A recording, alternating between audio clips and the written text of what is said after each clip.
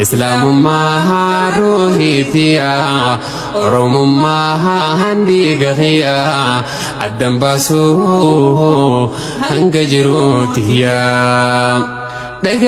دغهي دغون سي فريدا أتين كيوتا.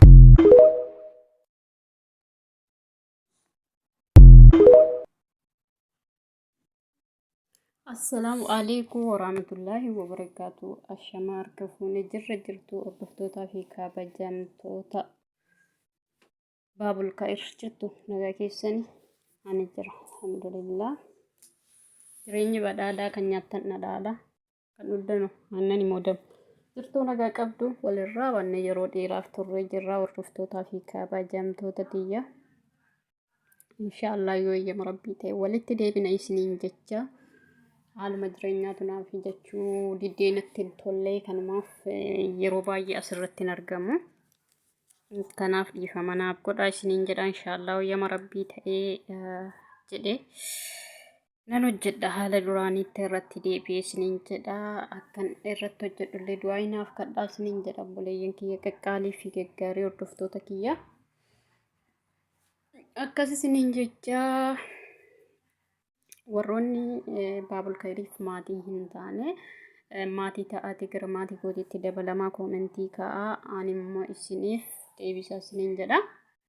Akkasumas warroonni maatii kiyya taatanii jirtan immoo dhugaa dubbachuuf hedduu tokko galatooma ulfaadhaa isiniin jechuun barbaada. Galatati isiniif mala. Oromooti qaalii fi gaarii kan biyya keessaa fi biyya alaa jirtan hundumti keessanuu galatooma ulfaadhaa isiniin jedha. Akkasumas illee nageenyi bakkuma isin jirtanitti isiniif haa baay'atu nagaa yoo nagaa qabaanne yoo fayyaa qabaanne bakka yaanne kan geenyu kanaaf nagaatu nuuf barbaachisa nagaan isiniif haa baay'atu isiniin jechuun barbaada. Rabbi nagaa nu haa godhu anallee isinillee biyya keenyaaf illee rabbi nagaa haa buusu isiniin jedha addunyaaf illee rabbi nagaa haa buusu. Dhugaa dubbachuuf biyyi keenya baay'ee rakkoo ulfaataa fi haala jajjabduu keessa kan jirtu ni beektu ni agartu. Kan irraa dubbannuuf kan irraa dhiisnu wallaalle jechuudha. Rakkoon lakkuu taate jedhee gootni keenya qaaliin Hacaaluu Hundeessaa biyyoon itti salphattu osoo lubbuudhaan jiru rakkoon lakkuu taate jedhe. Kanaaf kan biyya keenya rakkoon lakkuudhuma jechuudha. Rabbiin gaa jedhee nurraa lafa kaa'u. Sababa waraana biyya keenyaatiin uummanni keenya waggaa 4-5 osoo dararamu amma immoo dhukkubni itti dhufee kunoo namni keenya hin qotatu hin haramatu rakkoo kana kan fide waraana biyya keenyaati jechuudha. Kanaaf uummanni keenya amma immoo beelaan dheebuudhaan dhukkubaan dhumaa jira. Rabbiin uummata keenyaaf haa tumsu jechuun barbaada. Wallaahi wanti biyya keenyatti adeemaa jiru baay'ee nama gaddisiisa jechuudha. Biyya keenya qofaa immoo miti jechuudha. Wallaahi yeruma kana mata dureen qabadhee dhufeeyyuu gara jabina namni yeroo kana walitti jabaatu jechuudha. Maaliif akka namni keenya walitti jabaatu wallaahi hin beekan jechuudha. Dhugaa dubbachuuf gara jabina namni walitti jabaatu baay'ee nama jibbisiisa jechuudha. Arguu fi dhaga'uu nama jibbisiisa jechuudha wanti ta'aa jiru obboloota kan koo. Maaliif ani dhugaa dubbachuuf maal akka taane maaltu akka dhufaa jiru gaaffii namaaf ta'a jechuudha. Ala kullee rabbii namni jabaatte mara nu haa laaffisu. Baay'ee tokko ulfaata jechuudha dhugaa dubbachuuf. Innaa obboloota kan koo dhiifama addaan kuteetti deebi'aa jira. Maaliif isiniin jechaa tureyyuu? Wanti yeroo kana adeemaa jiru baay'ee tokko nama sodaachisa jechuudha. Dhugaa dubbachuuf gara jabinni namaa kuni bakka wallaahi arguu fi dhaga'uu nu jibbisiisee jira jechuudha. Maal akka ta'e hin beekan jechuudha. Dhugaa akka koo kana taatanii hin beekan jechuudha. Yaani namni garuu yaanni isaallee garagara ta'us garuu ani wallaahi yeroo kana keessa jechuudha. Waanuma biyya lafaa kana irratti ta'aa jiru arguu fi dhaga'uu na jibbisiisee jechuudha dhugaa dubbachuuf. Sababiin isaa bakka wanta gaarii sammuun keessan argee hin boqotu. Wanti sammuun keessan itti boqotu tokkollee hin jiru jechuudha. Maaliifin bakka waanuma ijji namaatti hin tolle waanuma bakka maal akkasii jedhu wallaalee dhugaa dubbachuuf rabbiin biyya keenyaaf illee addunyaaf illee rabbiin haraara abuusu. Bara kana jechuun bara haati ilmootti cakkante, bara abbaan ilmootti cakkane, obboleessa obboleettiitti cakkante, bara obboleessa obboleessa ajjeesu, bara obboleettiin obboleessa ajjeestu a'uuzu billaa.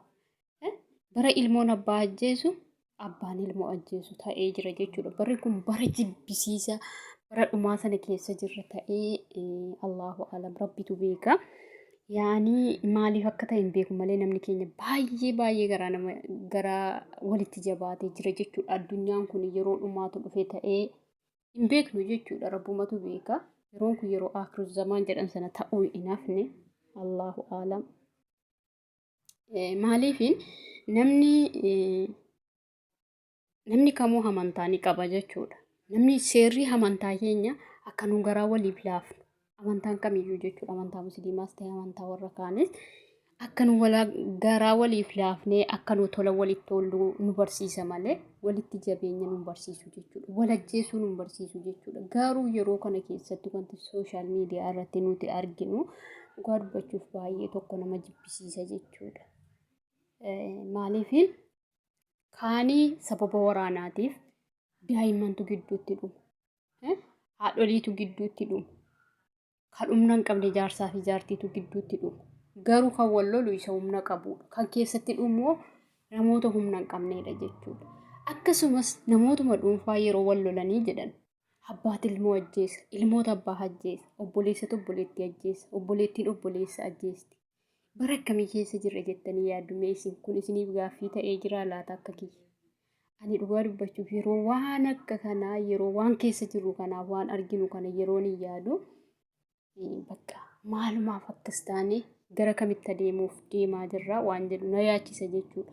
Har'a akkasittiin jirra bor gara kamitti adeemuuf jirra yookaan immoo lammiin dudduuba keenyaa dhufu maalirraa barachuudhaaf adeemaa laata waan jedhullee anaaf gaaffii natti ta'a jechuudha.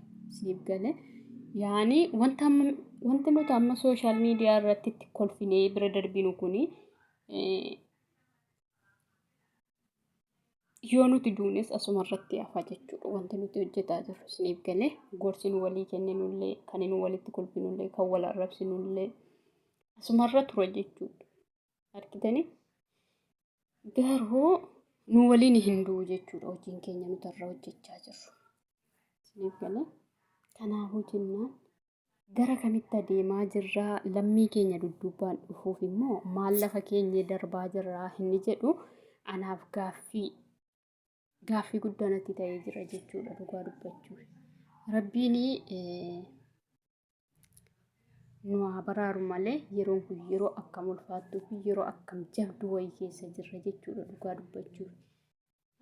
Baay'ee ulfaata. Rabbiin nasrii nuuf fidu ni ulfaata jechuudha. Siif galee kanaafuu jennaaniin bakkuma jirtanitti seera amantaa keessaniitiin akka amantaa keessaniitiin rabbiin kadhadhaa malee barri kun bara akkam ulfaattuu fi jibbisiisaa keessa jirra jechuudha wallaahi. Biyya keenya yoo ilaaltanii biyya lolaan wal fixxee lolli sun iyyuu irra darbee jechuudha. Namni keenya lolaa fi jecha waraanaaf jecha qotachuu fi haramachuu dadhabee waan nyaatu waan dhugu dhabe kunoo amma dhukkubaan dhumaa jira jechuudha. Siif galee kun biyya keenya. Darbee immoo biyyuma keenya keessatti wantoota gaarii hin arginu wantoota yeroo ilmoon abbaa gudeedu keessa jirra jechuudha. Maali abbaa a'uuzu billaahi mina sheexaanir rajiim yaa rabbiitiyyaa wallaahi jireenya nama jibbisiisa jechuudha obboloota kan koo. Mee waaquma nuuf kadhaa seera amantaa keessaniitiin rabbiin nuuf kadhaa akkuma rabbiin araarama isaatiin nu yaadatu wallaahi. Kun ikkoo mufaannaa rabbiin biraa nutti dhufe jedheetiin yaada malee namni wanta badii dalagu ofirratti wallaalee abbaan ilmoo hin gudeedu obboleessa obboleettiin ajjeestu obboleettiin immoo obboleessan ajjeesu jechuudha. Barri kun bakka baruma rabbiin badii keenya jechuudha. Badii keenya nuuf obsee dadhabee badii keenya sanaan nu adabaa jiru wayii natti fakkaata jechuudha. Dhugaa rabbii sababiin isaa makluuqa kanatu bakka dhiifama rabbiin nuuf godhee obsa rabbiin nu obse ofirratti wallaallee jirra jechuudha. Osoma tola rabbiin nu oolee ofirratti beenne galata isaaf galchine galatuma isaa galchuu qofaaf iyyuu xumuruu hin dandeenyu jechuudha. Toluma rabbiin nutti tole nuti garuu kana wallaallee walirratti badii fi wantoota hin taane dalanna jechuudha. Kanaaf akkuma seera amantaa qabnutti rabbiin kadhannu mee of yaadannu obboloota kan eessa akka jirruu fi gara bitti akka deemaa jirru nama yaachisa waan ta'eef akka seera amantaa keenyaatiin kadhannaatti deebinee rabbiin haa kadhannu isiniin jechuun barbaada. Baay'ee tokko ulfaata gara jabinni namni walitti garaa jabaatee jiru dhugaa dubbachuuf baay'ee nama jibbisiisa. Baay'ee nama yaachisallee jechuudha. Isiniif galee anaan na yaachisallee na jibbisiisallee jechuudha. Rabbii wallaahi nasriin ufa fidu rabbummaan laa of nu yaadachiisu garamitti akka deemaa jirru ni ulfaata hin beeknullee jechuudha. Kanaaf jennaanii rabbi nagaa haa buusu isiniin jechuun barbaada. Rabbi nagaa nu haa buusu. Nageenyi waa hunda caala. Waa mara keessattuu nageenyatu caala isiniin jecha. Akkasii warroonni maatii kiyya hin taane gara maatii kootiitti dabalamaa koomentii naa ka'aa isiniif deebisa isiniin jechuu barbaada. Baabul Qariif maatii ta'a waliin gara Kayriitti haa hojjennu. Miidiyaan kun miidiyaa miskiinota gargaaruudhaaf guddachuutti adeemaara malee faayidaa kiyyaaf miti. Inshaallah eeyyama rabbii ta'ee rabbiin galmaan isa ga'ee sagalee uummata kiyyaaf ta'a. Waan hundayyuu uummata kiyyaaf miskiinaaf hunda irratti hojjedha. Rabbi yoo na gargaare isinillee yoo na gargaartanii. Kanaafuu jenna warroonni maatii hin ta'in maatii ta'aati gara maatii kootiitti dabalamaa. Islaamummaa ruuhiitiyaa Oromummaa handiiga kiyyaa addan baasuu hanga jiruutiyaa. Dhagahii dhagahii dhagahuun siif bareeda atiin kun yoo taate.